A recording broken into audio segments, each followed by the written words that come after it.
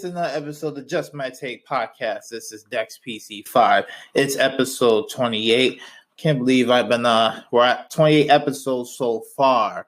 Once again, I want to thank everyone who has been listening to the show since day one, really.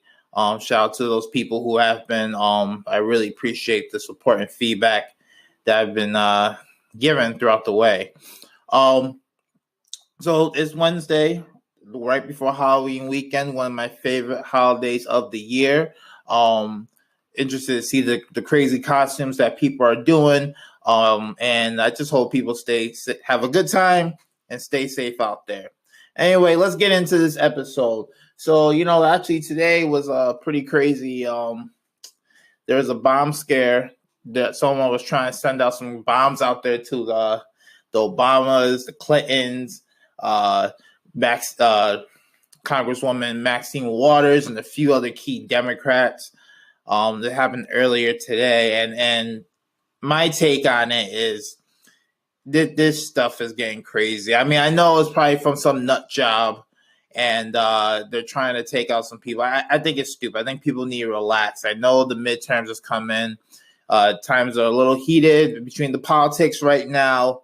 But at the end of the day, we got to remember a lot of these people are, they're human. Whether you agree with their politics or not, a lot of them are patriots because they did serve public office. They did sacrifice a good portion of their life to serve for the greater good of the country. Whether you agree with their policies or not, they still did the job. So, I think once they retire to public life, you just got to give them that privacy. And to do the bomb shit, it's stupid. It's stupid. And I hope there's no more nonsense like that, because that shit needs to stop. Stock market going crazy. It's been going down. Don't know what's going on right now. I guess there's the interest rates. Italy is trying to work out a deal with the EU. There's issues with obviously the tariffs. A lot of companies are feeling the pinch of the tariffs that are going on and the trade war. So, and some geopolitical tension. So, seems like just another day in the world, this crazy world. Anyway, I wanted to talk a little bit about the future of the show. I'm still going to do the show, so don't have any scare about that. But I kind of want to hear from the fans what topics you want to hear more from and what topics you think I should not talk as much. Obviously, the Just My Take podcast, when I started this, I just really had a lot of opinions on a lot of subjects. For some of my friends who are very close, who know me very well, they know that at times I can be very animated and very opinionated about certain topics. And I just started this podcast because I just wanted to get it out there to the world. And as I've been kind of analyzing the shows from week to week, there are some topics where I think people receive it very well, and some other topics where maybe people don't receive it as well. So obviously, I want to keep providing great content and providing takes on topics that, people either have heard or maybe not have heard. But I also want to obviously grow the viewer base too and kind of cater more to my audience needs. I know sometimes I can kind of be all over the place when I'm covering news, politics, sports, music, wrestling, entertainment. Some people could say that's, maybe it's all too much. And other people could be like, hey, you know what? We like it just the way we is. It's different from other podcasts. My inspiration for starting the podcast comes from a few shows. The original Don, Tony, Kevin Castle show, which is a wrestling-based show, but they talk about other real world topics in sports, entertainment, politics, whatnot. So that's how I try to cater my show based off of. Same with the Jalen Jacoby podcast on ESPN, the Joe Budden podcast, which is a hip hop podcast, but they talk about all types of random stuff. So you see, and the Brilliant Idiots, a comedy podcast that talks about real life stuff. So you see the trend there. And also, I'm trying to do it as a solo podcaster too. At some point, I will have guests on. I think it's just a little tough in the middle of the week, especially around 8 p.m. to sometimes have the energy to call up someone, to schedule it and do it. I think with the solo shows, I do like to kind of just get my thoughts out there and give it to the public. But, I think there will be some episodes. Hopefully, I know I keep saying that, but hopefully some future episodes where I have a guest on and we can bounce off each other and give ideas.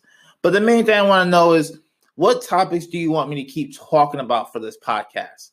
And what topics do you feel maybe you don't have to do as much or as often?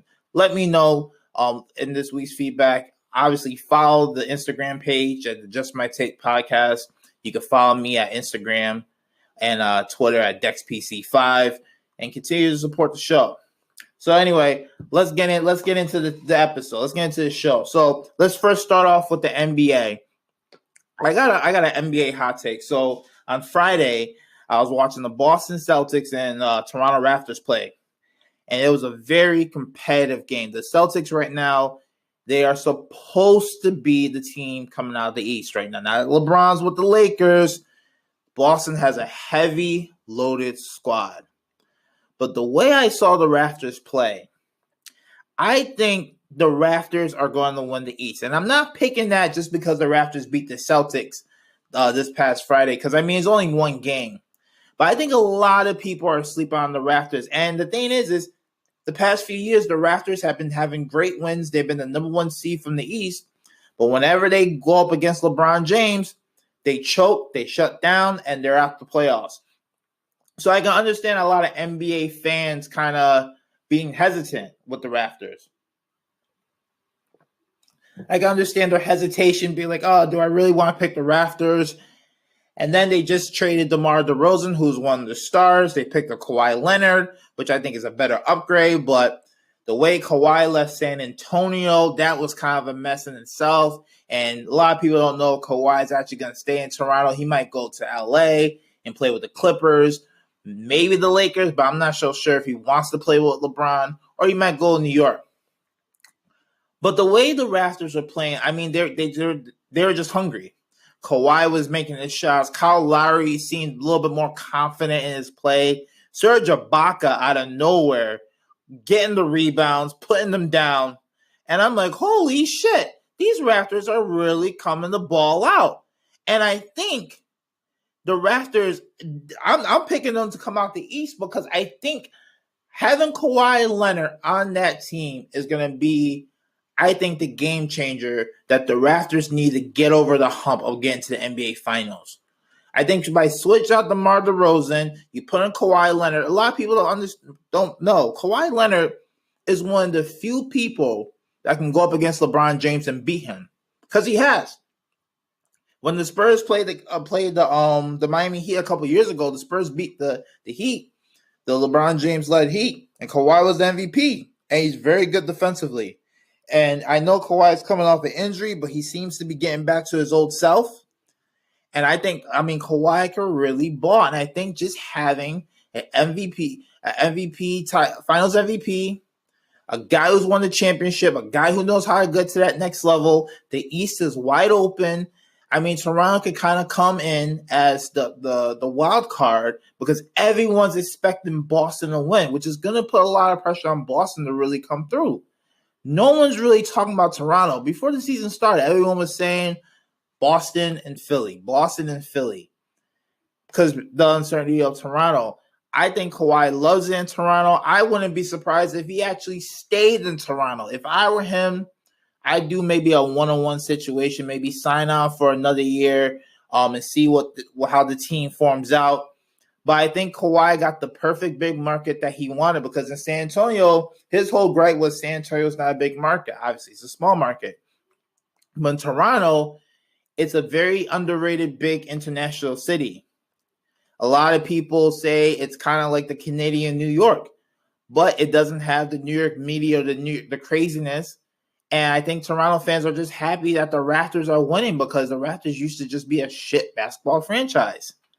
So Kawhi has his big market without the pressure. He can play more freely, and I think he can change the mentality of some of those players on the team, like Kyle Lowry, and take the Raptors to the East. Now, I don't know if they can beat the Warriors. That's another thing. But with Kawhi, they can have a chance. So let me know your take on that one. Right now, I'm picking October 24th. I think the Raptors are going to be in the NBA Finals coming from the East. Anyway, right now, the World Series is going on in baseball. Right now, it's the Boston Red Sox versus the LA Dodgers. Red Sox are up 1-0. Yesterday I was watching the game, and again, like, it was one of the topics I brought up in my first ever episode about baseball. I watch playoff baseball. I don't watch as much regular season baseball. And I was having a conversation with my little brother and my coworker about the state of baseball. And I'm like, as a casual fan who tunes in during playoff baseball, why does Major League Baseball not really market? It's like, if you are not a diehard fan of baseball, they don't really try to cater to you. And I know that in terms of the fans are aging. It's not like the NBA where it's young and hip. It's not like the NFL where it's everyone watches it no matter what age you are. It's kind of like the NHL where it's kind of a niche sport, and the fans who follow that sport watch it and love it, and that's it. They don't care if other people like it or not. I think it is mainstream. I'm not trying to knock the sport of baseball. Don't get me wrong here. I do think that baseball should do more to bring in the casuals, because if you bring in more casual viewership, the ratings go up, the advertising dollars go up, people are buying more jerseys, going to the games more, teams make more money, players make more money. It's just a trickle down effect. And one of the commercials I saw with Major League Baseball is they started out with the whole old guys criticizing the young players, and they show the young players kind of do their own stuff like bat flips and celebrations and all that stuff. And then they tune in to Ken Griffey Jr., who says, "Let the kids play." And I guess that's kind of a old to saying, "Hey, old guys, we're modernizing the game. Let the kids play." And I think there's a lot of interesting characters in baseball that I'm seeing throughout the playoffs. But I think it is a little sad that that's the only time I really get to see it. Yeah, some people are going to be like, "Hey, Dex, well, why don't you watch a regular season game?" Well, these games take a long time. During the summer, it's good to watch a game once in a while, but I don't get as much flavor or much hype to want to watch these games. If I compared it to the NBA, I mean, you have the Celtics and Raptors. You got the storyline right there. This red hot Boston team versus this Raptors team with Kawhi Leonard. I mean, ESPN, the NBA on Saturday night, they made sure that everyone tuned in to see LeBron's first game as a Laker versus the Houston Rockets, who are also contending the NBA Finals. And the thing is yes, the NBA has maybe 5 or 6 legit contenders for the NBA Finals, but they still have storylines throughout the league that makes people interested to see the occasional game here or there, even if you are just a casual fan. Because when you look on Twitter, you're seeing a bunch of highlights and all that stuff. I just think baseball, for me, I was watching baseball in the mid-'90s during the home run era of McGwire and Sammy Sosa. I'm sure a lot of people were doing that. I'm sure a lot of fans were watching and tuning in for that era. And then steroids, that whole steroids crisis destroyed baseball. I think that turned off a lot of people away from watching baseball. And I think baseball's still trying to regain that lost viewership. But now I'm looking at the teams. I mean, you see the Red Sox and Dodgers composed of all-star teams right now. You have the Yankees. You have the Astros. The Brewers are a great young team. The Cubs, the Indians. And you're seeing these teams, and they're full of great young stars. And I feel like baseball should do a campaign saying, "Hey, we're back, bitches. Baseball is back. Start tuning in. We got a young cast now that's gonna last for a long time. Natural athletes, no steroids.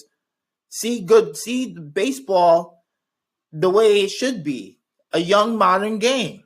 That's my take on it. I feel like they're not doing what they should be doing. Like the NBA, the reason why the NBA was so popular, why it's popular back then during the Magic Bird era, definitely during the Jordan era, and I think even a little bit more so now, even with LeBron around, is that the NBA always markets their stars, no matter what team you want, no matter what team in the NBA, you know who's on there. Like the Atlanta Hawks. Who the fuck is really watching the Hawks unless you're a Hawks fan? but you know about Trae Young. So, on an occasional Friday night, if you got nothing to do, if the Hawks are playing on ESPN, you'll be like, all right, let me go check out Trae Young. Baseball doesn't really do that. And I feel whoever's in their marketing department, whoever's in their PR department, they got to do a better job. We shouldn't have to wait till the playoffs to really see what the baseball season is all about. That's just my take on it. I know some baseball fans may disagree on that, but hey, I know there's a lot of fans like myself who once in a while watch baseball and then maybe tune in more during the playoffs. But during the regular season, we just don't have that interest because there's nothing really trying to grab us to watch it. And then I want to talk about something that just recently happened on Monday. On Monday, Joseph Anokai, I think I messed up his last name, but AKA Roman Reigns from the World Wrestling Entertainment. He came on Monday Night Raw, and he announced that his leukemia came back. So he's been battling leukemia for the past decade, and the leukemia came back. He beat it before, but it came back. So he has to vacate his championship and go fight the leukemia all over again. It was a shock. It was a shock because no one saw it coming. As a wrestling fan, I didn't see it coming. Usually on Mondays and Tuesdays, you kind of, read into maybe the rumor boards on the internet, like on Reddit or Google stories, see what's going to happen. And, I know wrestling fans, some people give wrestling a knock. I think there's two types of fans. Before I talk about Roman Reigns, which I really want to talk in depth with, I want to kind of explain to people two sets of wrestling fans, because I think wrestling fans do get a bad knock, and I don't think they should. So there's the wrestling fans in which, people think that they're grown men sleeping in the mom's basement who freak out about every little thing. And, some of them tend to be overweight, Cheeto-eating guys who go to these wrestling shows and get all emotional and all that stuff. And I think that's what the stereotypical view of most people would think of a wrestling fan. And then there's the other set like me, where it's like, this is just a form of entertainment. It's a form of escapism during the week, especially on a Monday. I mean, for a lot of people, especially if you work in corporate America, a lot of people, Mondays are just the worst. It's just a long day. You're coming from the weekend. It just to have wrestling to look forward to. I mean, in the 90s, it was on and popping. When Austin and The Rock was there, those were really good times. You looked forward to that. Nowadays, the product can be a little tough to watch depending on, but some people still watch it every week.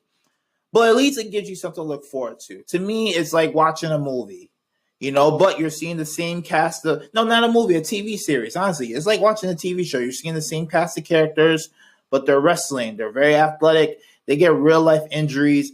And a lot of people don't understand. Wrestlers, they get a lot of respect from other sports athletes, from basketball, football, UFC, because the athletes know how much sacrifice these wrestlers put every year to do wrestling. The fact that they're on the road 300 plus days a year. There's no off season as a WWE wrestler, especially if you're a top guy like Roman Reigns is. There's no off season. You don't get, like, say, football, you get the summer off, or basketball, you get no. There's no such thing as that.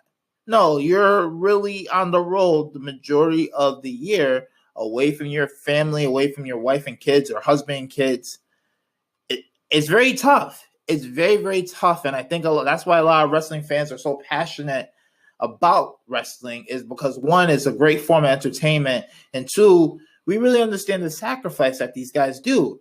And athletes understand the sacrifice that these guys do. But, so for people like me, it's just a great form of escapism. And many celebrities like a Shaq, Jerry Seinfeld, Michelle Beale.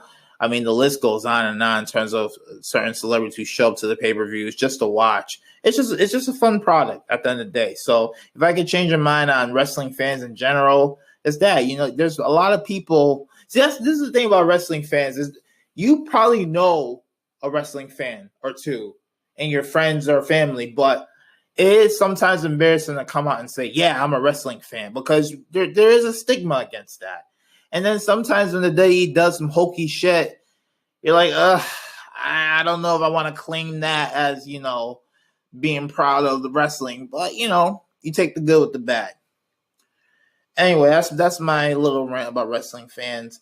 The two types that I feel that happen. And I would say that most wrestling fans are more like me. I say like maybe 70% are like me, where it's just like, we just watch it for fun, to escape, for something to talk about. It's like watching Monday Night Football. And then you have the 30% who take it way too hardcore.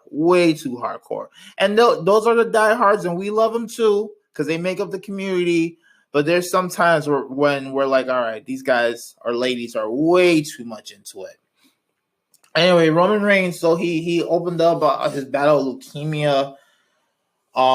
There was no one knew about this. I think he announced this. I think he knew about this over the weekend, but didn't really tell anyone except maybe management, because none of his fellow wrestlers backstage knew about this. So when he went live on Monday Night Raw at like 8 p.m., all his fellow coworkers were learning about this the same time he was.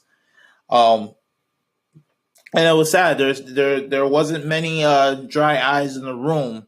I think there was a lot of tears and a lot of shock because people didn't know, one, that he was leaving, but two, that he had leukemia before. I mean, I Googled this guy, Roman Reigns. He's very, to me, a very healthy looking guy, very attractive. I definitely understand why the ladies like Roman Reigns.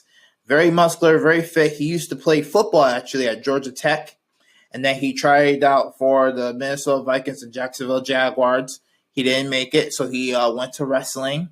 It's very common. A lot of ex-football players and ex-athletes in other sports, they go to wrestling as well and have a successful career. I mean, Dwayne "The Rock" Johnson, who right now, did a similar path, playing at Miami University, and then he tried out for the NFL, didn't work out. He became the famous wrestler he is today, and now he's the famous A-list celebrity today. And actually, fun fact, Roman Reigns, or Joe Kai, is actually related to The Rock.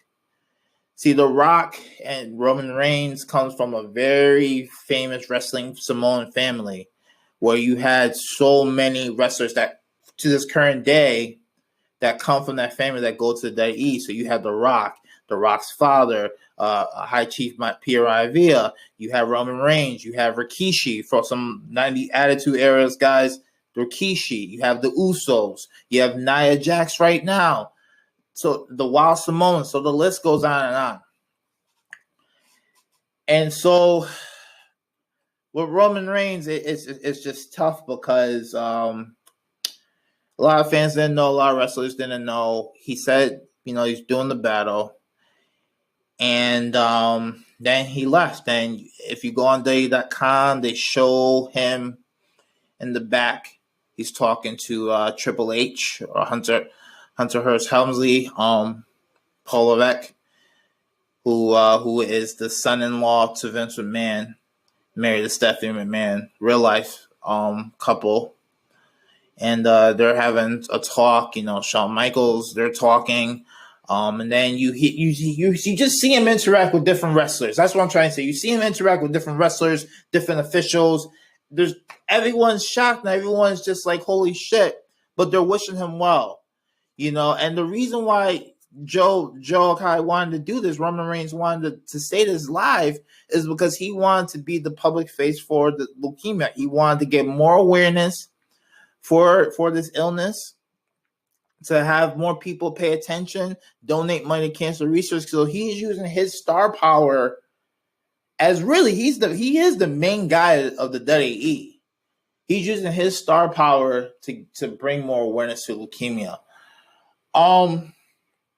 This is the reason why I want to talk about, because wrestling fans, obviously we know he was a big deal. He was the face of the, so you know how LeBron James is truly the face of the NBA. I mean, yeah, we can say Kevin Durant, Steph Curry are stars, but no one moves the league like LeBron James. Let's call it what it is. No one moves the league like he does. Roman Reigns was the same for the WWE. Roman Reigns took the mantle from John Cena, because if you see now, John Cena, he's moving on to Hollywood, doing more comedy roles. He actually just did a children's bestseller, which is #1 in the New York Times right now. So John Cena is trying to transition to post wrestling, and Roman Reigns is the main guy. And so, I think he's 34 years old, so still a pretty young guy, actually, still pretty young, and at the top of his game. And a lot of people don't understand this guy. He had a hard road to the top. A lot of people thought that he was a chosen one, but he had to go through a lot of ups and downs, especially with the fans, to be even accepted. Even before, what was crazy is even before he made this announcement, he had mixed reactions. Like, he come out, some people cheered him, some people booed him. It was very similar to John Cena, where it was like the kids and ladies loved him, but the guys hated him. And right now, the way wrestling is, it's all over the internet. There's a lot of internet fans that feel the company should be ran a certain way. So Roman Reigns did not get a lot of support in that aspect. And then, traveling 300 plus days a year, being away from his kids. I mean, that's just tough. That's just tough. I don't know how these guys do it, but it's tough. But Roman, he fought and he clawed his way to being the top guy. And he's carried the company on his back. He truly has. He truly has. And WWE's right now, it is in a good state. They got the Fox business deal, and there is a controversy of the Saudi Arabia stuff, which I talked about last episode. But it's turned the corner little by little. So he carried the company as the #1 guy. So it's just very sad that now this guy has to go and fight leukemia, and I want him to beat it. I think every human being would agree that cancer sucks. Cancer just takes out too many of our loved ones, our friends, our family, people that we admire, we watch on TV and whatnot. And, there's no cure for this leukemia, but I hope he beats it again, because he did beat it once. I hope he beats it again. I think the human being side of me, of course, wants him to beat it. I think the fan in me, as a wrestling fan, I wonder if he'll ever be back to normal 100%. I don't know. I'm a little hesitant on that, but then again, before he made that announcement, I had no idea this guy even had leukemia the first time and beat it. So it's very possible that he can come back again as normal, and I would like to come back. And I think when he does, no matter if I don't know if it's going to be a year or several years from now, we'll see what happens. But I think he's going to get a very great reaction. I think there's going to be tears in the crowd, and I think most fans are going to be very happy that he's coming back, and then some will go right back to booing him just for the fun of it, but in a good way, in a good-hearted way. So yeah, it was interesting seeing the reaction all over the internet. I think the wrestling community really, really came together, and it makes me proud to be a wrestling fan, because you had wrestlers from all over the world, people from all over the world just giving this guy a shout out. You had wrestlers from Japan that don't do anything with the WWE, tweeting him, giving him words of encouragement, saying, "Hey, we're rooting for you, man. We really support you." New York, the other day, I think yesterday actually, had a big sign out on Madison Square Garden, actually saying, "Get well soon." all the sports outlets were reaching out saying, best wishes and all that stuff. A lot of wrestling fans coming out and, donating money to leukemia, doing pictures, T-shirts, cards, all types of things just to give support to Joseph Akai. Just saying, hey, we're here for you. We're rooting for you, and we're gonna fight with you. And that's what's so good about the wrestling community is that we always come together at hard times. And I think this is something that a lot of people don't know about wrestling fans. So it is like a family. A lot of people don't know that wrestling fans. One time there was this one wrestler, Conan, a Mexican wrestler. For those who don't know, he used to wrestle in WCW. He's very popular in Mexico, actually. He's a big-time star in Mexico, a legend in Mexico. He needed a kidney transplant.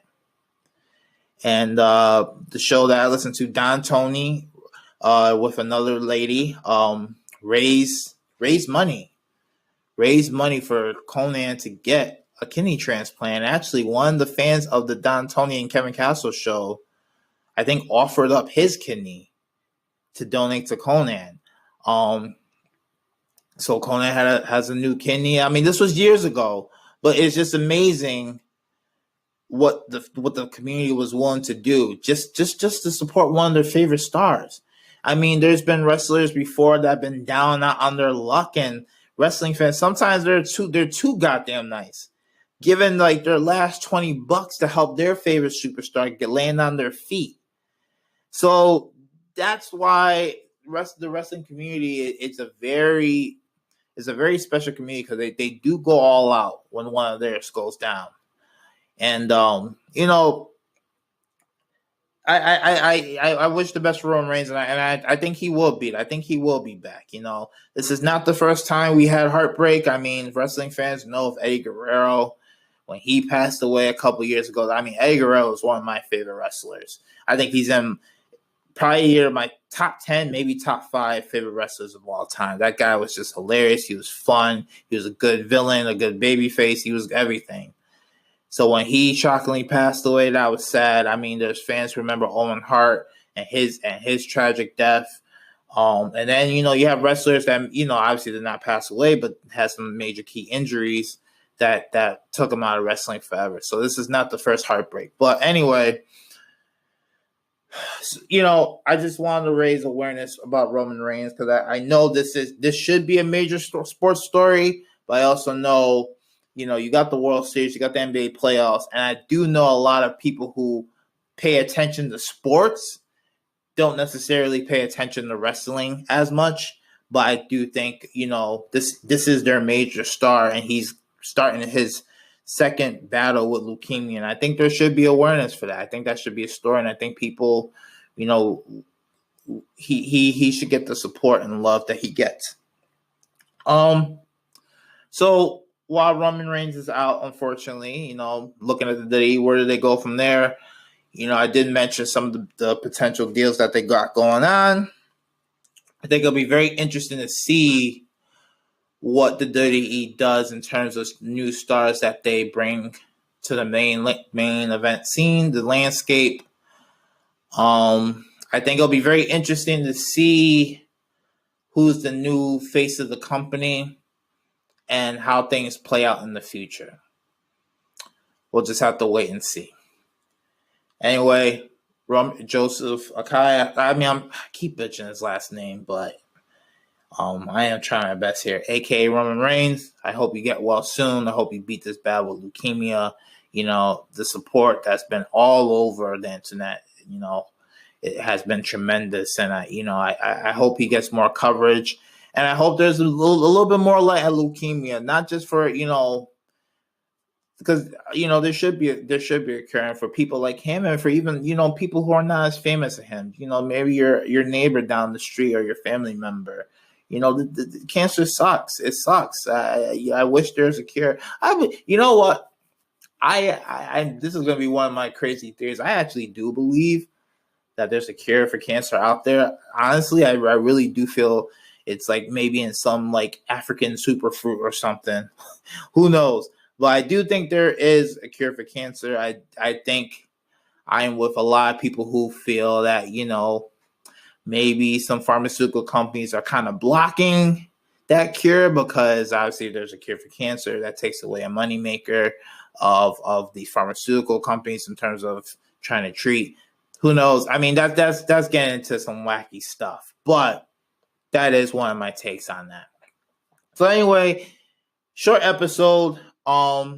Yeah, let me know what you think about the future of the show. Do you think I should be covering more topics like the Roman Reigns story, or should I be doing more music or more news and more politics?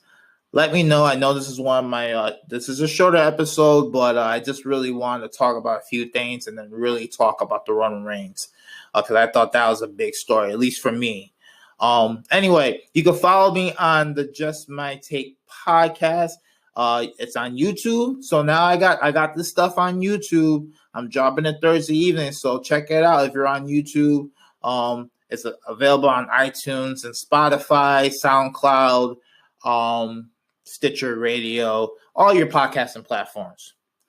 Follow me on Instagram at DexPC5, Twitter at DexPC5, Snapchat DexPC5.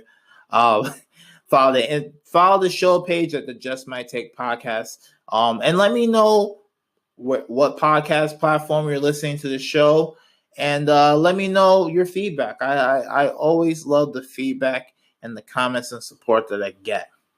So anyway, I just thank you guys for listening to this episode. I know it was a short one, but hey, sometimes certain weeks you have long episodes, certain weeks you have short episodes. And remember, everyone, whether you agree or disagree, it's just my take. Peace.